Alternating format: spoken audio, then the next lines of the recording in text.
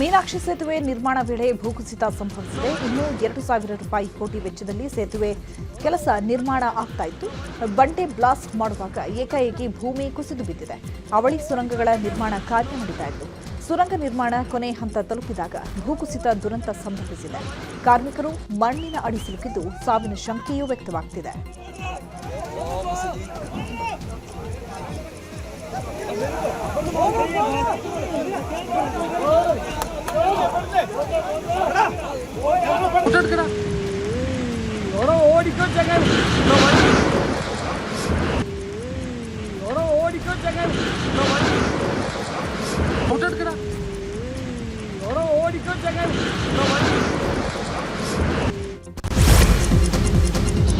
ಮಹಾರಾಷ್ಟ್ರದ ಪಶ್ಚಿಮ ಘಟ್ಟಗಳಲ್ಲಿ ವರುಣನ ಆರ್ಭಟ ಹಿನ್ನೆಲೆ ಬೆಳಗಾವಿ ಜಿಲ್ಲೆಯಲ್ಲಿ ನದಿಗಳು ಉಕ್ಕಿ ಹರಿತಾ ಇವೆ. ಅಪಾಯದ ಮಟ್ಟ ಮೀರಿ ಪಂಚಗಂಗಾ ನದಿ ಹರಿತಾ ಇದೆ. ನದಿ ಪಾತ್ರದ ಗದ್ದೆಗಳಿಗೆ ನದಿ ನೀರು ನುಗ್ಗಿದೆ. ಕೃಷ್ಣಾ ನದಿ ಮೂಲಕ ರಾಜ್ಯಕ್ಕೆ ಅಪಾರ ಪ್ರಮಾಣದ ನೀರು ಹರಿದು ಬರ್ತಾ ಇದೆ. ಚಿಕ್ಕೋಡಿ ಬಳಿ ಕೃಷ್ಣಾ ನದಿಗೆ ಈಗಾಗಲೇ 1 ಲಕ್ಷ ಕ್ಯೂಸೆಕ್ ನೀರು ಹರಿದು ಬಂದಿದೆ.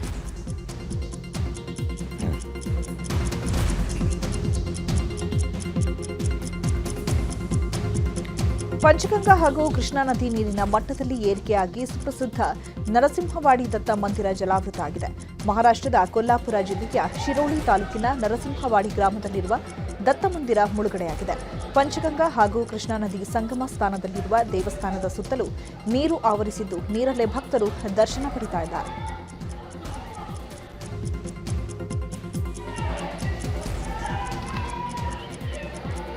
ನಿಪ್ಪಾಣಿಯಲ್ಲಿ ದೂಧಗಂಗಾ ನದಿಯ ಒಳಹರಿವಿನಲ್ಲಿ ಮತ್ತೆ ಏರಿಕೆಯಾಗಿದ್ದು ಬಂಗಾಲಿ ಬಾಬಾ ದರ್ಗಾಗೆ ಜಲದಿಗ್ಬಂಧನ ಬಿದ್ದಿದೆ. ನಿಪ್ಪಾಣಿ ತಾಲೂಕಿನ ಕಾರದಗ ಗ್ರಾಮದ ಬಂಗಾಲಿ ಬಾಬಾ ದರ್ಗಾ ಸುತ್ತಲೂ ಮೊಣಕಾಲುದ್ದ ನದಿ ನೀರು ಆವರಿಸಿದೆ.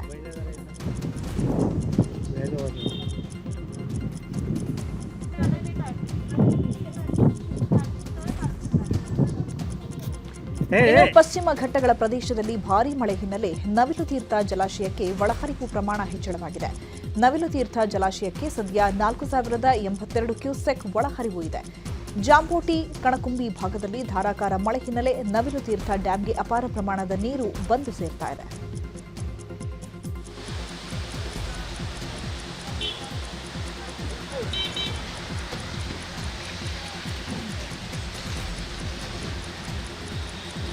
ಇನ್ನು ಬೆಳಗಾವಿಯ ಗಾಂಧಿನಗರದಲ್ಲಿ ಇರೋ ಹೆಸ್ಕಾಂ ಗ್ರಾಮೀಣ ಉಪವಿಭಾಗ ಕಚೇರಿಗೆ ಜಲ ದಿಗ್ಬಂಧನ ಬಿದ್ದಿದೆ. ಕಚೇರಿ ಆವರಣದಲ್ಲಿ ಮಳೆ ಹಾಗೂ ಚರಂಡಿ ನೀರು ತುಂಬಿಕೊಂಡಿದೆ. ನೀರು ತೆಗೆಯಲು ಹೆಸ್ಕಾಂ ಕಚೇರಿ ಸಿಬ್ಬಂದಿ ಪರದಾಡುತ್ತಿದ್ದಾರೆ.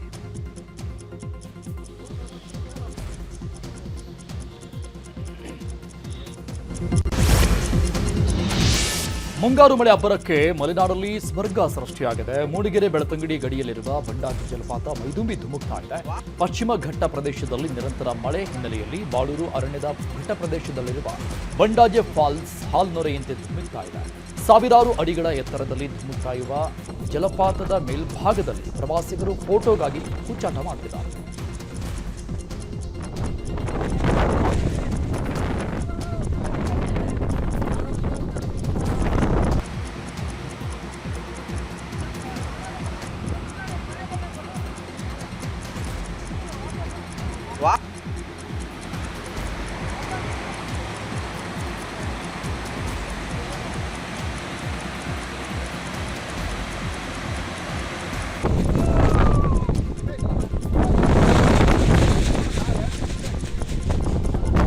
ಮೂಡಿಗೆರೆ ತಾಲೂಕಿನ ಚಾರ್ಮಾಡಿ ಘಾಟಿಯಲ್ಲಿ ಧಾರಾಕಾರ ಮಳೆ ಹಿನ್ನೆಲೆಯಲ್ಲಿ ಜಲಪಾತಗಳು ಸೃಷ್ಟಿಯಾಗಿವೆ.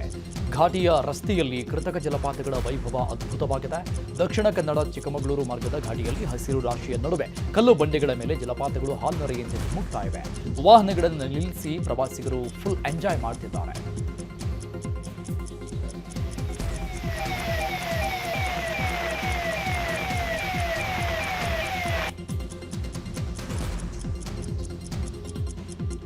ಇನ್ನು ಶೃಂಗೇರಿ ತಾಲೂಕಿನ ಸಿರಿಮನೆ ಜಲಪಾತ ಕೂಡ ಅಪಾಯದ ಮಟ್ಟ ಮೀರಿ ಹರಿತಾ ಇದೆ. 100 ಅಡಿ ಎತ್ತರದಿಂದ ಕಲ್ಲು ಬಂಡೆಗಳ ಮೇಲೆ ಜಲಪಾತಗಳ ಜಲ ವೈಭವ ಕಂಡು ಪ್ರವಾಸಿಗರು ದಿಲ್ಖುಷಿಯಾಗಿದ್ದಾರೆ.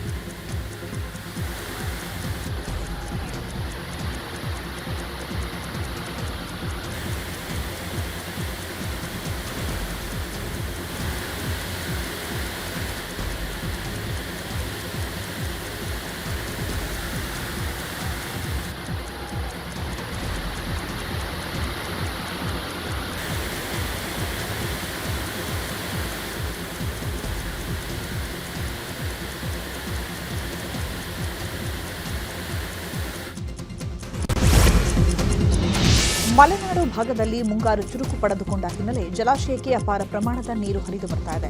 ಲಿಂಗನಮಕ್ಕಿ ಭದ್ರಾ ಜಲಾಶಯಕ್ಕೆ ಅಪಾರ ಪ್ರಮಾಣದ ನೀರು ಹರಿದು ಬರ್ತಾ ಇದೆ.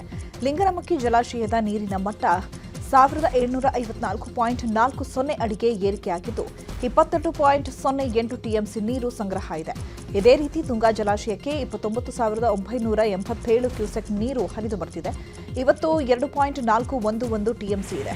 ಇನ್ನು ಭದ್ರಾ ಜಲಾಶಯದ ನೀರಿನ ಒಳಹರಿವು 8,117 ಕ್ಯೂಸೆಕ್ಗೆ ಏರಿಕೆಯಾಗಿದೆ.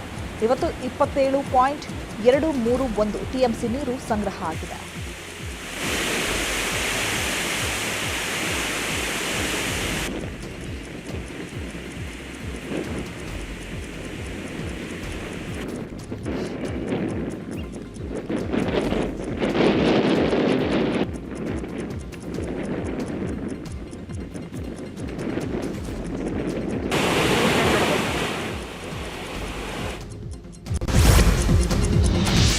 ಪಶ್ಚಿಮ ಘಟ್ಟದಲ್ಲಿ ಭಾರೀ ಮಳೆ ಹಿನ್ನೆಲೆಯಲ್ಲಿ ದಕ್ಷಿಣ ಕನ್ನಡ ಜಿಲ್ಲೆಯ ಜೀವನದಿಗಳು ತುಂಬಿ ಹರಿತಾ ಇವೆ. ನೇತ್ರಾವತಿ ಹಾಗೂ ಫಲ್ಗುಣಿ ನದಿಗಳು ತುಂಬಿ ಹರಿತಾ ಇದೆ. ಈ ಹಿನ್ನೆಲೆಯಲ್ಲಿ ಧರ್ಮಸ್ಥಳದ ಸ್ನಾನಘಟ್ಟದಲ್ಲಿ ನದಿ ನೀರಿನ ಹರಿವು ಹೆಚ್ಚಳವಾಗಿದೆ. ಹೀಗಾಗಿ ನದಿ ಬದಿಯ ನಿವಾಸಿಗಳಿಗೆ ಜಿಲ್ಲಾಡಳಿತ ಎಚ್ಚರಿಕೆ ಕೊಟ್ಟಿದ್ದಾರೆ.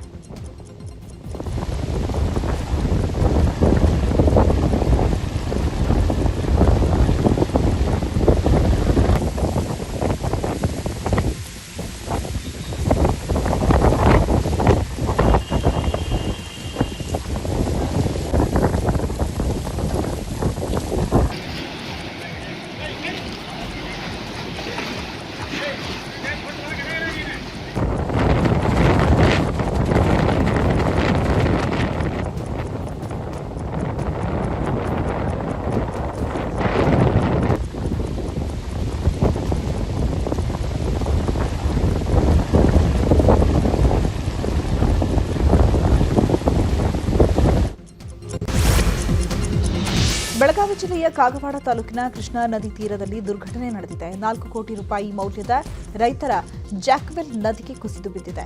ಶೇಡ್ಬಾಳದ ಶಾಂತಿನಾಥ್ ಮತ್ತು ಕೃಷ್ಣ ಏತ ನೀರಾವರಿ ಯೋಜನೆಯ ಜಾಕ್ವೆಲ್ ನದಿ ಪಾಲಾಗಿದೆ. ಸರ್ಕಾರದ ಅಮೃತ್ 2 ಕುಡಿಯುವ ನೀರಿನ ಯೋಜನೆಯ ಕಾಮಗಾರಿ ವೇಳೆ ಬ್ಲಾಸ್ಟಿಂಗ್ನಿಂದಾಗಿ ಈ ದುರ್ಘಟನೆ ಸಂಭವಿಸಿದೆ. 75 ಎಚ್ಪಿಯ 4 ಬೃಹತ್ ಪಂಪ್ಸೆಟ್ಗಳು, ವಿದ್ಯುತ್ ಕಂಬಗಳು ಹಾಗೂ ತಂತಿಗಳು ನದಿ ಪಾಲಾಗಿವೆ. ಜಾಕ್ವೆಲ್ ನದಿ ಪಾಲಾಗಿರುವುದರಿಂದ 500ಕ್ಕೂ ಹೆಚ್ಚು ರೈತ ಕುಟುಂಬಗಳು ಬೀದಿಗೆ ಬಿದ್ದಿವೆ.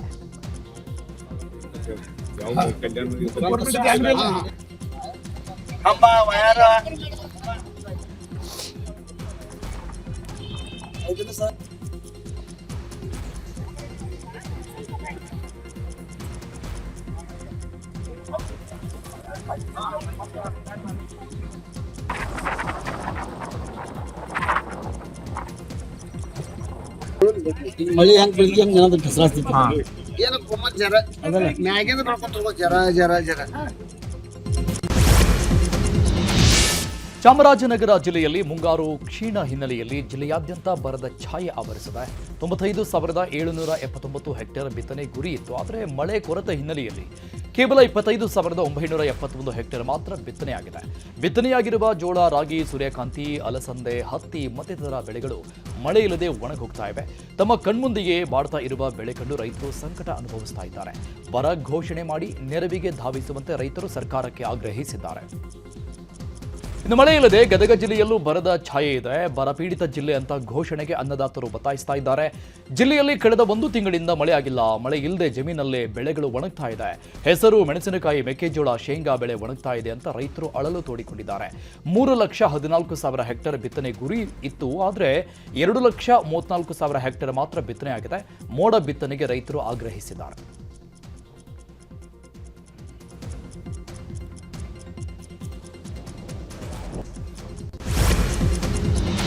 ರೈತರ ಸಾಲ ಮನ್ನಾ ಬಗ್ಗೆ ಪರಿಶೀಲನೆ ನಡೆಸಲಾಗುವುದು ಅಂತ ಮುಖ್ಯಮಂತ್ರಿ ಡಿಕೆ ಶಿವಕುಮಾರ್ ಹೇಳಿದ್ದಾರೆ. ರಾಜ್ಯದಲ್ಲಿನ ಬರಗಾಲ ಪರಿಸ್ಥಿತಿಯ ಬಗ್ಗೆ ಪರಾಮರ್ಶೆ ನಡೆಸಲಾಗುವುದು. ಕಲಬುರಗಿ ವಿಭಾಗದ ಅಧಿಕಾರಿಗಳ ಜೊತೆ ಸಭೆ ನಡೆಸಲಾಗುತ್ತಿದೆ. 2-3 ದಿನಗಳಲ್ಲಿ ಬೆಳಗಾವಿಗೆ ತೆರಳಿ ಅಲ್ಲಿಯೂ ಪರಾಮರ್ಶೆ ಮಾಡಲಾಗುವುದು ಅಂತ ಕಲಬುರಗಿಯಲ್ಲಿ ಸಿಎಂ ಡಿಕೆ ಶಿವಕುಮಾರ್ ಹೇಳಿದ್ದಾರೆ. ಬರಗಾಲ ನೋಡ್ಲಿಕ್ಕೇನೆ ಇಲ್ಲಿಗೆ ಬಂದಿದ್ದೀನಿ. ಜನರ ಮತ್ತು ಜನಪ್ರತಿನಿಧಿಗಳನ್ನ ಭೇಟಿ ಮಾಡಲಿಕ್ಕೆ ಬಂದಿದ್ದೀನಿ. ಇವತ್ತೆಲ್ಲ ಮೀಟಿಂಗ್ ಮಾಡ್ತೀನಿ. ತಿರ್ಗಾದಾದ್ಮೇಲೆ ಇನ್ನು 2-3 ದಿನ ಬಿಟ್ಟು ಬೆಳಗಾಂಗೂ ಕೂಡ ಹೋಗ್ತಾ ಇದ್ದೀನಿ. ಸೊ ಎಲ್ಲ ಕಡೆ ಹಳ್ಳಿಲಿ ಏನಿದೆ ಸಮಸ್ಯೆ ನೋಡಿ ಅದಕ್ಕೆ ಕಾನೂನು ಒಂದು ಚೌಕಟ್ಟಿದೆ. ಬರಗಾಲ ಘೋಷಣೆ ಮಾಡೋದು ಸಮಸ್ಯೆ ಬಗೆಹರಿಸಬೇಕು ಅಂತ ಈ ಬೇಡಿಕೆಗಳೆಲ್ಲ ಜನ ಎಲ್ಲ ಕೊಟ್ಟಿದ್ದಾರೆ. ಅದಕ್ಕೆ ಹೊಸದಾಗಿ ಪ್ರಜಾ ಇಲಾಖೆ ಅಂತ ನೇಮಕ ಮಾಡಿ ಅದಕ್ಕೆ ಒಂದು ಮಿನಿಸ್ಟ್ರಿನ ಇಟ್ಟು ಅದಕ್ಕೆ ಎಲ್ಲ ಅವರ ಅರ್ಜಿಗಳನ್ನೆಲ್ಲ ಪರಿಶೀಲನೆ ಮಾಡಿ ಅವ್ರಿಗೆ ಎಷ್ಟು ನ್ಯಾಯ ಒದಗಿಸ್ಕೊಡ್ಬೇಕು ಆ ಕೆಲಸವನ್ನು ನಮ್ಮ ಸರ್ಕಾರ. ಕಲಬುರಗಿ ಪ್ರವಾಸದಲ್ಲಿರುವ ಸಿಎಂ ಡಿಕೆ ಶಿವಕುಮಾರ್ ಕಲಬುರಗಿಯಲ್ಲಿ ಟೆಂಪಲ್ ರನ್ ಮಾಡಿದ್ದಾರೆ. ಪ್ರಸಿದ್ಧ ಶರಣಬಸವೇಶ್ವರ ದೇವಸ್ಥಾನಕ್ಕೆ ತೆರಳಿ ವಿಶೇಷ ಪೂಜೆ ಸಲ್ಲಿಸಿ ದರ್ಶನ ಮಾಡಿದರು. ಇದಾದ ನಂತರ ಕಲಬುರಗಿಯ ಸುಪ್ರಸಿದ್ಧ ಖ್ವಾಜಾ ಬಂದಾ ನವಾಜ್ ದರ್ಗಾಕ್ಕೂ ಸಿಎಂ ಭೇಟಿ ಕೊಟ್ಟರು. ಬಂದಾ ನವಾಜ್ ದರ್ಶನ ಪಡೆದರು. ಸಿಎಂಗೆ ಡಿಸಿಎಂ ಪರಮೇಶ್ವರ್, ಗೃಹ ಸಚಿವ ಪ್ರಿಯಾಂಕ್ ಖರ್ಗೆ, ಸಚಿವ ಯುಟಿ ಖಾದರ್ ಹಾಗೂ ಶಾಸಕರು ಸಾಥ್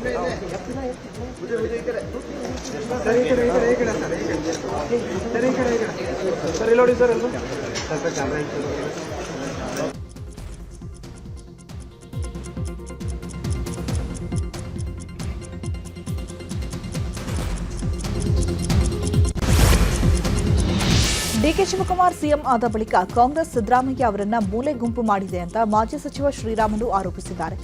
ಮೈಸೂರಿನಲ್ಲಿ ಮಾತನಾಡಿದ ಶ್ರೀರಾಮುಲು, ಸಿದ್ದರಾಮಯ್ಯ ಹೆಸರೇಳಿ ಕಾಂಗ್ರೆಸ್ ಅಧಿಕಾರಕ್ಕೆ ಬಂತು. ಇವತ್ತು ಸಿದ್ದರಾಮಯ್ಯ ಯಾವ ಕಾರ್ಯಕ್ರಮಕ್ಕೂ ಬರ್ತಾ ಇಲ್ಲ. ಸಿದ್ದರಾಮಯ್ಯ ಅವರನ್ನ ಪ್ರೀ ಪ್ಲಾನ್ ಮಾಡಿ ಕೆಳಗಿಳಿಸಿದ್ರು ಅಂತ ಹೇಳಿದ್ದಾರೆ. ಕಾಂಗ್ರೆಸ್ ಸರ್ಕಾರ ಅಧಿಕಾರಕ್ಕೆ ಬಂದಿದೆ ಅಂದ್ರೆ ಬಹುಶಃ ಸಿದ್ದರಾಮಯ್ಯ ಹೆಸರು ಹೇಳಿಕೊಂಡೇ ಕರ್ನಾಟಕ ರಾಜ್ಯದಲ್ಲಿ ಇವತ್ತು ಸರ್ಕಾರಗಳು ಅಧಿಕಾರಕ್ಕೆ ಬಂದಿರೋದು. ಜೊತೆಲಿ ಕಾವೇರಿಯ ನಿವಾಸದಲ್ಲಿ ಒಂದು ಕಡೆ ಅಂತೂ ಕಾಂಗ್ರೆಸ್ಸಿನ ನಾಯಕರು ಡಿ ಕೆ ಶಿವಕುಮಾರ್ ಅವರು ಹೈಕಮಾಂಡ್ ಎಲ್ಲರೂ ಕೂಡ ಸೇರಿ ಅವ್ರು ಕೂಡ ಹಾಕಿದ್ದಾರೆ. ಬಹುಶಃ ಮೊನ್ನೆ ನಾನು ನೋಡ್ತಾ ಇದ್ದೆ ಕೆಂಪೇಗೌಡರ ಜಯಂತ್ಯೋತ್ಸವ ಸಂದರ್ಭದಲ್ಲಿ ಡಿ ಕೆ ಶಿವಕುಮಾರ್ ಅವರು ಮುಖ್ಯಮಂತ್ರಿಗಳು ಬಹುಶಃ ಅವರು ಮನಸ್ಸು ಮಾಡಿದ್ರೆ ಸಿದ್ದರಾಮಯ್ಯರನ್ನ ಫೋಟೋನ ಹಾಕುತ್ತಾ ಇದ್ರು. ಅವರು ಮನಸ್ಸು ಮಾಡಲಿದಕ್ಕೋಸ್ಕರವಾಗಿ ಅವ್ರ ಫೋಟೋ ಕೂಡ ಕೆಂಪೇಗೌಡ ಜಯಂತ್ಯೋತ್ಸವದಲ್ಲಿ ಅವ್ರ ಫೋಟೋ ಕೂಡ. ಸಚಿವ ಯತೀಂದ್ರ ಸಿದ್ದರಾಮಯ್ಯ ವಿರುದ್ಧವೂ ಶ್ರೀರಾಮುಲು ಗುಡುಗಿದ್ದಾರೆ. ಮುಡಾ ಹಗರಣದಲ್ಲಿ ಸಿದ್ದರಾಮಯ್ಯ ಆರೋಪಿಯಾಗಿದ್ರು. ಪುತ್ರ ಯತೀಂದ್ರಗೆ ಈಗ ನಗರಾಭಿವೃದ್ಧಿ ಸಚಿವನಾಗಿ ಮಾಡಿರುವುದು ತಪ್ಪು. ಇದು ಸಂವಿಧಾನಕ್ಕೆ ವಿರೋಧಿ ನಡೆ ಅಂತ ಹೇಳಿದ್ದಾರೆ. ಅವ್ರ ಪಾರ್ಟಿಯಲ್ಲಿ ಇದ್ದಂಥವ್ರೆ ಕೆಲವು ಮಂದಿ ಸೇರಿಕೊಂಡು ಏನು ಯತೀಂದ್ರ ಸಿದ್ದರಾಮಯ್ಯವರಿಗೆ ನಗರಾಭಿವೃದ್ಧಿ ಮಂತ್ರಿಗಳು ಏನು ಕೊಟ್ಟಿದ್ದಾರೋ ಅದು ತಪ್ಪು ಅನ್ನೋಂಥದ್ದು, ಅದು ಕೊಟ್ಟಿರೋಂಥ ಸರಿಯಿಲ್ಲ ಅನ್ನೋಂಥದ್ದು ಕೂಡ ಅವ್ರು ಏನು ವಿಷಯವನ್ನು ಉಲ್ಲೇಖನ ಮಾಡಿ ಪತ್ರವನ್ನು ಬರೆದಿದ್ದಾರೋ ಅವ್ರ ಪಾರ್ಟಿಯಲ್ಲಿ ಇದ್ದಂಥವ್ರೆ ಒಂದು ಷಡ್ಯಂತ್ರ ಮಾಡೋಂಥ ಕೆಲಸ ಕೂಡ ಮಾಡ್ತಾ ಇದ್ದಾರೆ. ಬಹುಶಃ ಇವೆಲ್ಲ ನೋಡಿದಂಥ ಟೈಮಲ್ಲಿ ನನ್ನ ವೈಯಕ್ತಿಕವಾಗಿ ಯತೀಂದ್ರ ಅವರಿಗೆ ಏನು ನಗರಾಭಿವೃದ್ಧಿ ಮಂತ್ರಿಯಾಗಿ ಅವರು ಏನು ಪ್ರಮಾಣ ವಚನ ಸ್ವೀಕಾರ ಮಾಡಿದಾರೋ ಅದನ್ನ ನನ್ನ ತಪ್ಪಂದೇಳಿ ನಾನು ವಾದಿಸ್ತೀನಿ. ಬಹುಶಃ ಅವರು ತಂದೆಯವರಾದಂಥ ಮಾಜಿ ಮುಖ್ಯಮಂತ್ರಿಗಳು ಕೂಡ ಸಚಿವ ಸಂಪುಟ ವಿಸ್ತರಣೆ ವಿಳಂಬದ ವಿಚಾರವಾಗಿ ತಿಪಟೂರು ಕಾಂಗ್ರೆಸ್ ಶಾಸಕ ಕೆ ಷಡಕ್ಷರಿ ಪ್ರತಿಕ್ರಿಯಿಸಿದ್ದಾರೆ. ಈಗಾಗಲೇ ಯಾರಿಗೆ ಮಂತ್ರಿ ಸ್ಥಾನ ಕೊಡಬೇಕು ಅಂತ ಲಿಸ್ಟ್ ಮಾಡಿಕೊಂಡಿದ್ದಾರೆ. ಈ ಬಾರಿ ನನ್ನ ಹೆಸರು ಇರಲೇಬೇಕು. ಆಷಾಢದ ಒಳಗೆ ವಿಸ್ತರಣೆ ಆಗುತ್ತದೆ ಎಂಬ ವಿಶ್ವಾಸವಿದೆ. 40 ವರ್ಷಗಳಿಂದ ನಾನು ರಾಜಕಾರಣದಲ್ಲಿದ್ದೇನೆ. ಹೀಗಾಗಿ ಈ ಬಾರಿ ನನಗೆ ಕೊಟ್ಟೇ ಕೊಡ್ತಾರೆ ಎಂಬ ವಿಶ್ವಾಸವಿದೆ ಅಂತ ಕೆ ಷಡಕ್ಷರಿ ಹೇಳಿದ್ದಾರೆ. ಇನ್ನು ಇದೇ ವಿಚಾರವಾಗಿ ಶಾಸಕ ಲಕ್ಷ್ಮಣ ಸವದಿ ಕೂಡ ರಿಯಾಕ್ಟ್ ಮಾಡಿದ್ದಾರೆ. ಇಲ್ಲ, ಈಗ ಆಷಾಢದ ಒಳಗೆ ಮಾಡ್ತಾರೆ, 14ರಲ್ಲಿ ಒಳಗೆ ಆಗ್ತದೆ ಅಂತಕ್ಕಂಥ ವಿಶ್ವಾಸ ನಮಗಿದೆ. ಭಯ ಯಾರಿಗೂ ಇಲ್ಲ. ನಾವು ನಿರ್ಭಯದಿಂದ ಇದ್ದೇವೆ. ತೆರೆಮರೆಯಲ್ಲಿ ಬಹುತೇಕ ಯಾರಿಗೆ ಕೊಡಬೇಕು ಅಂತ ತೀರ್ಮಾನ ಮಾಡ್ಕೊಂಡಿದ್ದಾರೆ. ಅದ್ರ ಮಾಹಿತಿ ಸಿಕ್ಕಿರೋದ್ರಿಂದ ನಾವು ನಿಮ್ಮ ಯಾರಿಗೂ ಹೇಳಲ್ಲ. ನಂದು ಇರಲೇಬೇಕು ಈ ಸರಿ. ನಾನು ಸುಮಾರು 40 ವರ್ಷದಿಂದ ಈ ಪಾರ್ಟಿನಲ್ಲೇ ಬಂದಿದ್ದೇನೆ. ವಿಶ್ವಾಸ ಇದೆ ನನಗೆ ಈ ಬಾರಿ ಮಾಡ್ತೀನಿ. 2024ರಲ್ಲಿ ಯಾವ ಪಕ್ಷ ಅಧಿಕಾರಕ್ಕೆ ಬರುತ್ತೆ ಎಲ್ಲ ಶಾಸಕರು ಆಕಾಂಕ್ಷೆಗಳಿದೆ. ಇನ್ನು ತೀರ್ಮಾನ ಮಾಡೋದು ರಾಷ್ಟ್ರೀಯ ಪಕ್ಷಗಳು ಯಾವಾಗಲೂ ಹೈಕಮಾಂಡ್ ಮತ್ತು ಮುಖ್ಯಮಂತ್ರಿಗಳು 10ರಿಂದ 15 ತಾರೀಕು ಮಾಡ್ಬೋದು ಅಂತಕ್ಕಂಥ ನಿರೀಕ್ಷೆ. ಏನೋ ಡೆಲ್ಲಿಗೆ ಏನಾದ್ರು ಹೋಗ್ತಾ ಇದ್ರು? ಇಲ್ಲಿವರೆಗಿನ ಆಲೋಚನೆ ಮಾಡಿಲ್ಲ. 2024ರಲ್ಲಿ ಯಾವ ಪಕ್ಷ ಅಧಿಕಾರಕ್ಕೆ ಬರುತ್ತೆ ಎಲ್ಲ ಶಾಸಕರು. ಬೆಂಗಳೂರಿನಲ್ಲಿ ಇವತ್ತು ಕೂಡ ಫುಟ್ಪಾತ್ ಒತ್ತುವರಿ ತೆರವು ಕಾರ್ಯಾಚರಣೆ ಮುಂದುವರೆದಿದೆ. ಜೆಪಿ ನಗರ ಸಾರಕ್ಕಿ ಭಾಗದಲ್ಲಿ ಜಿಟಿಎ ಅಧಿಕಾರಿಗಳಿಂದ ಒತ್ತುವರಿ ತೆರವು ಕಾರ್ಯಾಚರಣೆ ನಡೆಯಿತು. ಫುಟ್ಪಾತ್ ಮೇಲೆ ಬೇಕರಿ ಅಂಗಡಿಯವರು ನಿರ್ಮಿಸಿದ್ದಂತಹ ಮೆಟ್ಟಿಲುಗಳು ಬೋರ್ಡ್ಗಳನ್ನು ಜೆಸಿಬಿ ಮೂಲಕ ತೆರವು ಮಾಡಲಾಗಿದೆ. ಇದೇ ರೀತಿ ದಾಸರಹಳ್ಳಿ ಭಾಗದಲ್ಲಿ ಒತ್ತುವರಿ ತೆರವು ಕಾರ್ಯ ನಡೆಸಲಾಗಿದೆ. ಫುಟ್ಪಾತ್ ಮೇಲೆ ಪದೇ ಪಾರ್ಕಿಂಗ್ ಮಾಡ್ತಾ ಇದ್ದ ಪೆಟ್ ಶಾಪ್ಗೆ ಜೆಪಿ ನಗರ ಸಂಚಾರಿ ಪೊಲೀಸರು ದಂಡ ಹಾಕಿದ್ದಾರೆ. ಫುಟ್ಪಾತ್ ಮೇಲೆ ವಾಹನಗಳನ್ನು ನಿಲ್ಲಿಸಬೇಡಿ ಅಂತ ಪದೇ ನೋಟಿಸ್ ಕೊಟ್ಟರು. ಪೆಟ್ ಶಾಪ್ ಮಾಲೀಕರು ಕೇರ್ ಮಾಡಿರಲಿಲ್ಲ. ಇವತ್ತು ಒತ್ತುವರಿ ತೆರವು ಕಾರ್ಯಾಚರಣೆ ವೇಳೆಯೂ ಫುಟ್ಪಾತ್ ಮೇಲೆಯೇ ವಾಹನಗಳನ್ನು ನಿಲ್ಲಿಸಲಾಗಿತ್ತು. ಸ್ಥಳಕ್ಕೆ ಬಂದ ಪೊಲೀಸರು ದಂಡ ಹಾಕಿ ವಾಹನಗಳನ್ನು ತೆರವು ಮಾಡಿಸಿದ್ದಾರೆ. ಅಕ್ರಮ ಕಲ್ಲು ಗಣಿಗಾರಿಕೆ ವಿರುದ್ಧ ಚಿಕ್ಕಬಳ್ಳಾಪುರ ಜಿಲ್ಲೆಯ ಗುಡಿಬಂಡೆ ರೈತರು ಸಿಡಿದೆದ್ದಿದ್ದಾರೆ. ಗೋಮಾಳ ಅರಣ್ಯ ಭೂಮಿಯಲ್ಲಿ ಗಣಿಗಾರಿಕೆ ನಡೀತಾ ಇದೆ.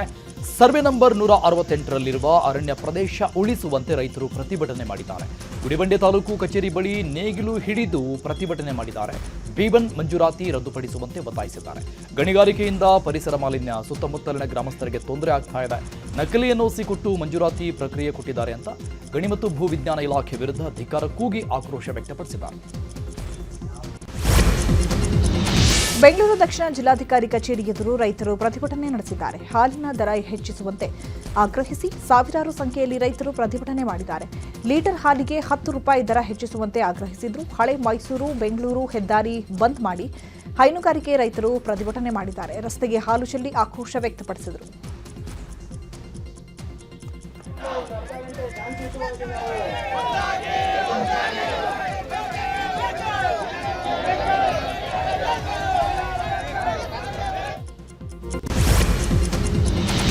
ಬೆಂಗಳೂರಿನಲ್ಲಿ 7 ಕಡೆ ಲೋಕಾಯುಕ್ತ ಪೊಲೀಸರಿಂದ ದಾಳಿ ನಡೆಸಲಾಗಿದೆ. ಕಾವೇರಿ ಭವನದ ಪಕ್ಕದಲ್ಲಿರುವ ಜಿಲ್ಲಾಧಿಕಾರಿ ಕಚೇರಿ, ಯಲಹಂಕ, ದೇವನಹಳ್ಳಿ ತಹಸೀಲ್ದಾರ್ ಕಚೇರಿ ಮೇಲೆ ದಾಳಿ ನಡೆಸಲಾಗಿದೆ. 9 ಎಕರೆ ಹಾಗೂ 2 ಎಕರೆ ಸರ್ಕಾರಿ ಜಮೀನು ಅಕ್ರಮವಾಗಿ ಖಾಸಗಿ ಅವರಿಗೆ ಪರಭಾರೆ ಮಾಡಿಕೊಟ್ಟಿರುವಂತಹ ಆರೋಪದಲ್ಲಿ ದಾಳಿ ನಡೆದಿದ್ದು, ಲೋಕಾಯುಕ್ತ ಅಧಿಕಾರಿಗಳು ದಾಖಲೆಗಳ ಪರಿಶೀಲನೆ ಮಾಡುತ್ತಿದ್ದಾರೆ. ದೊಡ್ಡಬಳ್ಳಾಪುರ ರಸ್ತೆಯಲ್ಲಿರುವ ಆಹಾರ ಮತ್ತು ನಾಗರಿಕ ಸರಬರಾಜು ಇಲಾಖೆಯ ಎಂಡಿ ಜಗದೀಶ್ ಮನೆ ಹಾಗೂ ಕಚೇರಿ ಮೇಲೆ ದಾಳಿ ನಡೆದಿದ್ದು ಪರಿಶೀಲಿಸಲಾಗುತ್ತಾ ಇದೆ. ಪದ್ಮಶ್ರೀ ಪುರಸ್ಕೃತ ಗಿರೀಶ್ ಭಾರದ್ವಾಜ್ ವಿಧಿವಶರಾಗಿದ್ದಾರೆ. ಬ್ರಿಡ್ಜ್ ಮ್ಯಾನ್ ಎಂದೇ ಖ್ಯಾತಿ ಪಡೆದಿದ್ದ ಗಿರೀಶ್ ಅನಾರೋಗ್ಯದಿಂದ ಬಳಲ್ತಾ ಇದ್ರು. ದಕ್ಷಿಣ ಕನ್ನಡ ಜಿಲ್ಲೆಯ ಸುಳ್ಯದ ಖಾಸಗಿ ಆಸ್ಪತ್ರೆಯಲ್ಲಿ ಚಿಕಿತ್ಸೆ ಫಲಿಸದೆ ಗಿರೀಶ್ ನಿಧನಗೊಂಡಿದ್ದಾರೆ. 2023ರಲ್ಲಿ ನ್ಯೂಸ್ 18 ಕನ್ನಡದ ವರ್ಷದ ಕನ್ನಡಿಗ ಪ್ರಶಸ್ತಿಗೆ ಭಾಜನವಾಗಿದ್ದರು. ದೇಶದಾದ್ಯಂತ ಸುಮಾರು 150ಕ್ಕೂ ಹೆಚ್ಚು ತೂಗು ಸೇತುವೆಗಳನ್ನು ಗಿರೀಶ್ ಭಾರದ್ವಾಜ್ ನಿರ್ಮಾಣ ಮಾಡಿದ್ದಾರೆ. ತೂಗು ಸೇತುವೆಗಳ ನಿರ್ಮಾತೃ ಎಂದೇ ಗಿರೀಶ್ ಭಾರದ್ವಾಜರನ್ನ ಕರೆಯಲಾಗ್ತಾ ಇತ್ತು. ಇತ್ತೀಚೆಗಷ್ಟೇ ಉತ್ತರ ಭಾರತ ಪ್ರವಾಸ ಮುಗಿಸಿದ ಗಿರೀಶ್ ಇವತ್ತು ಕೊನೆ ಉಸಿರೆಳೆದಿದ್ದಾರೆ.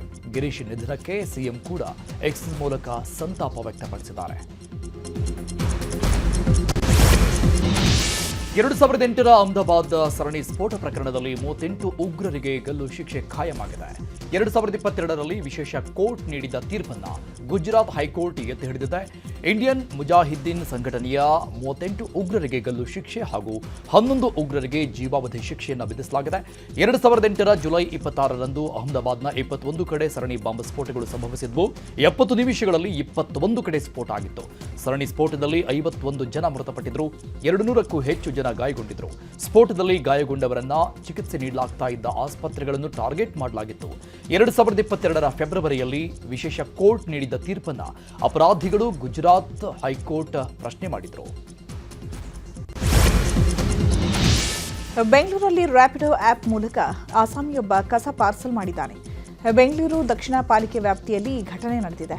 ಬುಕ್ ಆದ ಕಸ ತಂದು ಬಿಸಾಡುವಾಗ ಆಟೋ ಚಾಲಕ ಜಿಬಿ ಅಧಿಕಾರಿಗಳಿಗೆ ಸಿಕ್ಕಿಬಿದ್ದು 10,000 ದಂಡ ಕಟ್ಟಿದ್ದಾನೆ. HSR ಲೇಔಟ್ ಬಳಿ ಕಸ ಬಿಸಾಡುವಾಗ ಮಾರ್ಷಲ್ ಕೈಗೆ ಆಟೋ ಚಾಲಕ ತಗಲಾಕೊಂಡಿದ್ದಾನೆ. ಈ ವೇಳೆ ಕಸ ಪಾರ್ಸಲ್ ಮಾಡಿದ ವ್ಯಕ್ತಿಗೆ ಕರೆ ಮಾಡಿದರೆ ನೋ ರೆಸ್ಪಾನ್ಸ್. ಹೀಗಾಗಿ ಆಟೋ ಚಾಲಕನೇ 10,000 ದಂಡ ಕಟ್ಟಿದ್ದಾನೆ. ಬೆಂಗಳೂರು ಟ್ರಾಫಿಕ್ ಪೊಲೀಸ್ ವಿಭಾಗಕ್ಕೆ ಹೊಸ ಗಸ್ತು ಸ್ಕೂಟರ್ಗಳ ಆಗಮನ ಆಗಿದೆ. ಬೆಂಗಳೂರು ಸಂಚಾರ ಪೊಲೀಸ್ ಹಾಗೂ ನಿಗಮದ ಸಂಸ್ಥೆ ಸಹಯೋಗದೊಂದಿಗೆ ಎಲೆಕ್ಟ್ರಿಕ್ ಗಸ್ತು ಸ್ಕೂಟರ್ಗಳನ್ನು ಸಂಚಾರಿ ಪೊಲೀಸರಿಗೆ ವಿತರಣೆ ಮಾಡಲಾಗಿದೆ. ವಾಹನದಲ್ಲಿ ತುರ್ತು ಚಿಕಿತ್ಸೆಗಾಗಿ ಪ್ರಥಮ ಚಿಕಿತ್ಸಾ ಕಿಟ್, ಸೈರನ್ ಸೇರಿದಂತೆ ವಿಶೇಷ ಸೌಲಭ್ಯಗಳನ್ನು ಅಳವಡಿಸಲಾಗಿದೆ. ಸದ್ಯ ಪ್ರಾಯೋಗಿಕವಾಗಿ 5 ಸ್ಕೂಟರ್ಗಳ ವಿತರಣೆ ಮಾಡಲಾಗಿದೆ. ಬೆಂಗಳೂರಿನ ಬ್ಯಾಟರಾಯನಪುರ ಪೊಲೀಸರು ಕುಖ್ಯಾತ ಡ್ರಗ್ ಪೆಡ್ಲರ್ನನ್ನ ಬಂಧಿಸಿದ್ದಾರೆ. ಅಕ್ಬರ್ ಶರೀಫ್ ಬಂಧಿತ ಆರೋಪಿ. ಬ್ಯಾಟರಾಯನಪುರ ಬಳಿ ಬಸ್ ನಿಲ್ದಾಣದ ಬಳಿ ಆರೋಪಿ ಅಕ್ಬರ್ ಶರೀಫ್ನನ್ನ ಬಂಧಿಸಿದ್ದಾರೆ ಪೊಲೀಸರು. ಜುಲೈ 1ರ ರಾತ್ರಿ 10:50 ಸಮಯದಲ್ಲಿ ಅನುಮಾನಾಸ್ಪದವಾಗಿ ಅಕ್ಬರ್ ಶರೀಫ್ ಓಡಾಡ್ತಾ ಇದ್ದ. ಈ ವೇಳೆ ವಶಕ್ಕೆ ಪಡೆದು ಮನೆಯಲ್ಲಿ ಪರಿಶೀಲನೆ ನಡೆಸಿದಾಗ 17 ವಿವಿಧ ಬಗೆಯ ಮಾರಕಾಸ್ತ್ರ, 230 ಮೊಬೈಲ್ ಮತ್ತು 600ರಿಂದ 700 ಗ್ರಾಂ ಗಾಂಜಾ ಪತ್ತೆಯಾಗಿತ್ತು. ಆರೋಪಿ ಅಕ್ಬರ್ ಶರೀಫ್ ತಾಯಿಯೂ ಕೂಡ ಡ್ರಗ್ ಪೆಡ್ಲರ್ ಅನ್ನೋದು ತನಿಖೆಯಲ್ಲಿ ಬಯಲಾಗಿದೆ. ಬೆಂಗಳೂರಿನ ಜೀವನ್ ಭೀಮಾ ನಗರ ಪೊಲೀಸರು ಭರ್ಜರಿ ಕಾರ್ಯಾಚರಣೆ ನಡೆಸಿದ್ದಾರೆ. ಹೈಡ್ರೋ ಗಾಂಜಾ ಮಾರಾಟ ಮಾಡ್ತಾ ಇದ್ದ 2 ಆರೋಪಿಗಳನ್ನು ಬಂಧಿಸಿದ್ದಾರೆ. ಕೇರಳ ಮೂಲದ ಜಾಸೀರ್, ಅಭಿಷೇಕ್ ಬಂಧಿತ ಆರೋಪಿಗಳು. ಇವರಿಂದ 61 ಲಕ್ಷ ಮೌಲ್ಯದ ಹೈಡ್ರೋ ಗಾಂಜಾ, ಕೃತ್ಯಕ್ಕೆ ಬಳಸಿದ ದ್ವಿಚಕ್ರ ವಾಹನ, 2 ಫೋನ್, 5.90 ಲಕ್ಷ ಹಣವನ್ನು ಸೀಸ್ ಮಾಡಲಾಗಿದೆ. ಟ್ರಕ್ ಮೇಲೆ ಫೈರಿಂಗ್ ಪ್ರಕರಣದಲ್ಲಿ ಮಂಡ್ಯ ಎಸ್ಪಿ ವಿರುದ್ಧ ಷಡ್ಯಂತ್ರ ಆರೋಪ ಹಿನ್ನೆಲೆಯಲ್ಲಿ ಮಂಡ್ಯದಲ್ಲಿ ಎಸ್ಪಿ ಶೋಭಾರಾಣಿ ಸ್ಪಷ್ಟನೆ ಕೊಟ್ಟಿದ್ದಾರೆ. ಟ್ರಕ್ ಮೇಲೆ ಫೈರಿಂಗ್ ಕೇಸ್ನ ತನಿಖೆಗೆ ಸೂಚಿಸಿದೆ. ವಿಕ್ಟಿಮ್ ದೂರು ಕೊಡಲು ಹಿಂದೇಟು ಹಾಕ್ತಾ ಇದ್ರು. ದೂರು ದಾಖಲಾದ ತಕ್ಷಣವೇ ಆರೋಪಿಗಳ ವಿರುದ್ಧ ಎಫ್ಐಆರ್ ದಾಖಲಾಗಿದೆ. ಆರ್ಮ್ಸ್ ಆಕ್ಟ್ ಅಡಿ ರೋಹನ್ ಗೌಡನನ್ನ A1 ಮಾಡಲಾಗಿತ್ತು. ಈಗ ಹಾಕಿರುವ ಸೆಕ್ಷನ್ ಅಡಿಯಲ್ಲಿ ಜೀವಾವಧಿ ಶಿಕ್ಷೆ ವಿಧಿಸಬಹುದಾಗಿದೆ. ನಾನು ಅವರ ಪರವಾಗಿದ್ದರೆ ಈ ರೀತಿ ಸೆಕ್ಷನ್ ಹಾಕ್ತಾ ಇರಲಿಲ್ಲ. ಕಾನೂನು ಪ್ರಕಾರವೇ ಕೆಲಸ ಮಾಡಿದ್ರೂ ನನ್ನ ವಿರುದ್ಧ ಅಪಪ್ರಚಾರ ಆಗ್ತಾ ಇದೆ. ಈ ಪ್ರಕರಣದಲ್ಲಿ ನನ್ನ ಮೇಲೆ ಯಾರ ಒತ್ತಡವೂ ಇರಲಿಲ್ಲ ಅಂತ ಎಸ್ಪಿ ಹೇಳಿದ್ದಾರೆ. ಉಂಡ ಮನೆಗೆ ಕನ್ನ ಹಾಕಿದ ಐನಾತಿ ಕಳ್ಳಿಯನ್ನ ಬೆಂಗಳೂರಿನ ಜಯನಗರ ಪೊಲೀಸರು ಬಂಧಿಸಿದ್ದಾರೆ. ಜಯಂತಿ ಬಂಧಿತ ಕಳ್ಳಿಯಾಗಿದ್ದು, ಕೆಲಸ ಕೊಟ್ಟಿದ್ದ ಮಾಲೀಕರ ಮನೆಯಲ್ಲೇ ಕಳ್ಳತನ ಮಾಡಿ ಸಿಕ್ಕಿಬಿದ್ದಿದ್ದಾಳೆ. 15 ವರ್ಷಗಳಿಂದ ವೈದ್ಯರ ಮನೆಯಲ್ಲಿ ಜಯಂತಿ ಕೆಲಸ ಮಾಡ್ತಾ ಇದ್ದು, ಮಾಲೀಕರು ಕೆಲಸಕ್ಕೆ ಹೋದಾಗ ಮನೆಯಲ್ಲಿದ್ದ ಹಣ, ಆಭರಣ ಕದ್ದು ಪರಾರಿಯಾಗಿದ್ಲು. ಈ ಬಗ್ಗೆ ಜಯನಗರ ಠಾಣೆಯಲ್ಲಿ ಪ್ರಕರಣ ದಾಖಲಾಗಿತ್ತು. ಆರೋಪಿಯನ್ನು ಬಂಧಿಸಿರುವ ಪೊಲೀಸರು 65,000 ನಗದು, 262 ಗ್ರಾಂ ಚಿನ್ನ ಹಾಗೂ 2 ಕೆಜಿ ಬೆಳ್ಳಿಯನ್ನು ವಶಕ್ಕೆ ಪಡೆದಿದ್ದಾರೆ. ದೇಣಿಗೆ ಕಳವು ಪ್ರಕರಣ ಬೆನ್ನಲ್ಲೇ ಅಯೋಧ್ಯೆಯ ಶ್ರೀರಾಮ ಜನ್ಮಭೂಮಿ ತೀರ್ಥ ಟ್ರಸ್ಟ್ ತನ್ನ ಒಟ್ಟು ಆದಾಯ, ವೆಚ್ಚ ಹಾಗೂ ನಿರ್ವಹಣೆಯ ಲೆಕ್ಕಾಚಾರವನ್ನು ಸಾರ್ವಜನಿಕವಾಗಿ ರಿಲೀಸ್ ಮಾಡಿದೆ. ಈವರೆಗೂ 3,264 ಕೋಟಿ ರೂಪಾಯಿ ದೇಣಿಗೆ ಹರಿದು ಬಂದಿದೆ. ಮಂದಿರದ ನಿರ್ಮಾಣ ಕೆಲಸಗಳಿಗೆ ಹಾಗೂ ನಿರ್ವಹಣೆಗೆ ಒಟ್ಟು 2,370 ಕೋಟಿ ರೂಪಾಯಿಗಳನ್ನು ವಿನಿಯೋಗಿಸಲಾಗಿದೆ ಅಂತ ಹೇಳಿದೆ. ಟ್ರಸ್ಟ್ನ ಹಣ ದುರುಪಯೋಗವಾಗಿಲ್ಲ ಅಂತಲೂ ಸ್ಪಷ್ಟಪಡಿಸಿದೆ. ಬೆಂಗಳೂರು ಗ್ರಾಮಾಂತರ ಜಿಲ್ಲೆಯ ಘಾಟಿ ಸುಬ್ರಹ್ಮಣ್ಯ ದೇಗುಲಕ್ಕೆ ಎಂಎಲ್ಸಿ ಟಿಎ ಶರವಣ ಹಾಗೂ ವಿನಯ್ ಗುರೂಜಿ ಭೇಟಿ ಕೊಟ್ಟಿದ್ದರು. ದೇವರ ದರ್ಶನ ಪಡೆದು ವಿಶೇಷ ಪೂಜೆ ಸಲ್ಲಿಸಿದರು. ರಾಜ್ಯದಲ್ಲಿ ಮಳೆ ಬೆಳೆ ಎಲ್ಲವೂ ಚೆನ್ನಾಗಬೇಕು. ಮಾಜಿ ಪ್ರಧಾನಿ ದೇವೇಗೌಡರು ಹಾಗೂ ಕೇಂದ್ರ ಸಚಿವ ಎಚ್.ಡಿ. ಕುಮಾರಸ್ವಾಮಿ ಅವರ ಆರೋಗ್ಯ ಸುಧಾರಿಸಬೇಕು. ಮುಂದಿನ ದಿನಗಳಲ್ಲಿ ಸರ್ಕಾರದ ವೈಫಲ್ಯಗಳ ವಿರುದ್ಧ ಹೋರಾಟ ಮಾಡುವ ಶಕ್ತಿ ಕೊಡಲಿ ಅಂತ ಪ್ರಾರ್ಥಿಸಿದ್ದೇನೆ ಅಂತ ಎಂಎಲ್ಸಿ ಶರವಣ ಹೇಳಿದ್ದಾರೆ.